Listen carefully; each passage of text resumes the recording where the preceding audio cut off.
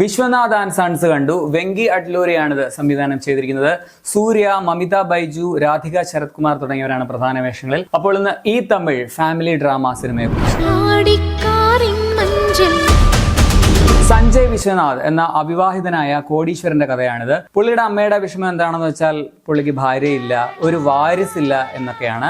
എന്നിട്ട് എന്തുകൊണ്ട് അയാൾ എന്നോട് പറഞ്ഞില്ല? തുടർന്ന് പുള്ളിയുടെ ലൈഫിൽ സംഭവിക്കുന്ന കാര്യങ്ങളാണ് വിശ്വനാഥ് ആൻഡ് സൺസ് എന്ന സിനിമ പറയുന്നത്. ഒരു ടിപ്പിക്കൽ ക്ലീഷേ റിച്ച് ഫാമിലി ഡ്രാമയാണ് വിശ്വനാഥ് ആൻഡ് സൺസ്. ഒരു പക്കാ തെലുഗു ഫാമിലി ഡ്രാമ പടം കണ്ട പോലെയാണ് എനിക്ക് തോന്നിയത്. ഒരു തമിഴ് പടമായിട്ട് എങ്ങും തോന്നിയേയില്ല. പോസിറ്റീവ്സ് പറയുകയാണെങ്കിൽ ഫസ്റ്റ് ഹാഫ് അത്യാവശ്യം ഇൻട്രസ്റ്റിംഗ് ആയിരുന്നു. കുറച്ച് നല്ല ഫീൽ ഗുഡ് മൊമെന്റ്സ് ഫസ്റ്റ് ഹാഫിൽ തരുന്നുണ്ട്. പ്രത്യേകിച്ച് രാധികയും അമിതയും തമ്മിലുള്ള പോർഷൻസ് ഒക്കെ നൈസ് ആയിരുന്നു. പിന്നെ ഇവരുടെ ഒരു കോംപ്ലിക്കേറ്റഡ് റിലേഷൻഷിപ്പും ഫസ്റ്റ് ഹാഫിൽ രസമുണ്ടായിരുന്നു. ഇന്റർവെൽ ആയപ്പോഴത്തേക്കിനും ഒരു ഫുൾ പടം കണ്ടു തീർത്ത ഒരു പ്രതീതിയായിരുന്നു. സത്യത്തില് അത്രയും മതിയായിരുന്നു. സെക്കൻഡ് ഹാഫിൽ പറയാനായിട്ട് പ്രത്യേകിച്ച് കഥയൊന്നുമില്ല, വലിച്ചു നീട്ടലായിരുന്നു. പിന്നെ പുതുമയൊന്നും ഇല്ലെങ്കിലും വേദനിക്കുന്ന കോടീശ്വരനും ക്യൂട്ട്നെസ്സും ഒക്കെയാണ് പടമെങ്കിലും അതിനെ വെറുപ്പിച്ചില്ല കേട്ടോ. കറുപ്പിനേക്കാൾ എനിക്ക് ബെറ്റർ ആയിട്ടാണ് തോന്നിയത്. പെർഫോമൻസിൽ സഞ്ജയ് വിശ്വനാഥ് ആയിട്ട് സൂര്യ നൈസ് ആയിരുന്നു.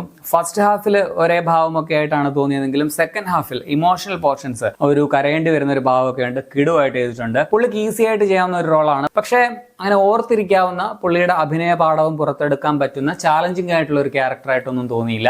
നായിക മാടിയായിട്ട് വന്ന മമിതയ്ക്ക് ചുമ്മാ ഒരു ഷോക്കേസ് നായികയല്ല, പ്രാധാന്യമുള്ള ഒരു കഥാപാത്രമാണ്. ഇച്ചിരി ഓവർ ക്യൂട്ട്നെസ് വാരിയറിലൊക്കെ ആണെങ്കിലും ക്രിഞ്ച് ആകാതെ ഒരു കൃത്യം മീറ്ററിൽ നിർത്താൻ പറ്റിയത് മമിതയുടെ അഭിനയം കൊണ്ട് തന്നെയാണെന്ന് പറയാം. മാത്രമല്ല ആദ്യ പകുതിയിൽ ഇച്ചിരിയെങ്കിലും റിലേറ്റബിൾ ആയും ഇമോഷണലി അറ്റാച്ച്മെന്റ് തോന്നുന്നതും ആ ഒരു ക്യാരക്ടറിനോടാണ്. നമുക്ക് അവളോടാണ് ഒരു സിമ്പതിയൊക്കെ ഫീൽ ചെയ്യുക. രാധിക മമിത കോംബോയും രസകരമായിരുന്നു. പ്രത്യേകിച്ച് രാധിക ഉള്ള അത്രയും ഭാഗമാണ് പടവും രസമുള്ളതെന്ന് പറയാം.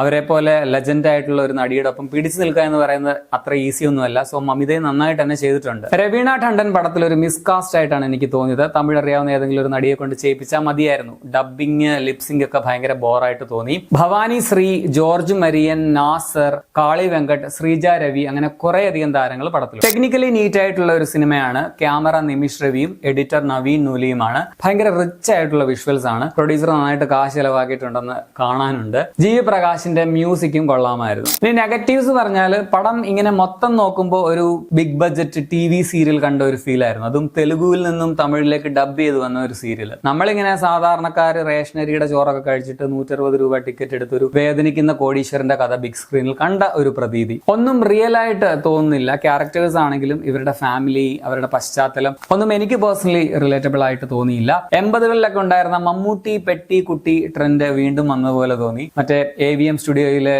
ഒക്കെ സെറ്റിട്ട ബെക്കിംഗ്ഹാം പാലസ് പോലെയുള്ള വലിയ വീട്, എപ്പോഴും പട്ടുസാരി കൊടുത്ത് നിൽക്കുന്ന അമ്മ. പിന്നെ മെയിൻ പ്രശ്നം എന്താണെന്ന് വെച്ചാൽ ഇതില് അങ്ങനെ വലിയ കോൺഫ്ലിക്റ്റ് ഒന്നും ഇല്ല എന്നുള്ളതാണ്. ഈ ഒരു പ്രായ വ്യത്യാസം പറഞ്ഞ് കല്യാണം കഴിക്കാതിരിക്കുന്നത് തന്നെ ഒരു കോൺഫ്ലിക്റ്റ് ആയിട്ട് തോന്നിയില്ല. പുള്ളിക്ക് വേണമെങ്കിൽ കെട്ടാവുന്നതേ ഉള്ളൂ. പിന്നെ ഇതിങ്ങനെ വേണമെങ്കിൽ ഒരു 50 എപ്പിസോഡുള്ള ഒരു TV സീരിയലായിട്ട് ഓരോ ഒഴിവ് കഴിവ് പറഞ്ഞിങ്ങനെ നീട്ടിക്കൊണ്ട് പോകാനായിട്ട് പറ്റും എന്ന രീതിയിലാണ് പടം മുമ്പോട്ട് പോയിക്കൊണ്ടിരിക്കുന്നത്. വില്ലന്മാരുടെ ഒന്നും ഒരാവശ്യവുമില്ല.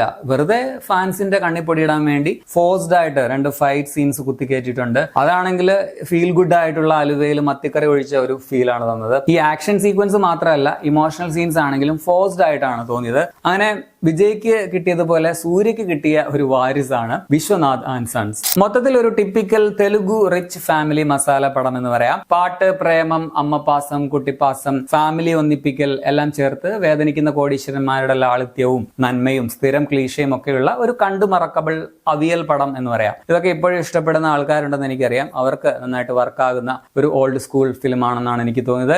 എനിക്ക് പേഴ്സണലി ഔട്ട്ഡേറ്റഡ് ആയിട്ടുള്ള ഒരു സിനിമയായിട്ടാണ് തോന്നിയത്. 2 മണിക്കൂർ 41 മിനിറ്റാണ് സിനിമയുടെ റൺ ടൈം. 18+ ഒരിക്കലും അല്ല. അപ്പൊ നിങ്ങൾ ഈ പടം കണ്ടുള്ളവരാണെങ്കിൽ നിങ്ങളുടെ അഭിപ്രായം കമന്റിൽ രേഖപ്പെടുത്തുമല്ലോ. ശരി എന്നാ.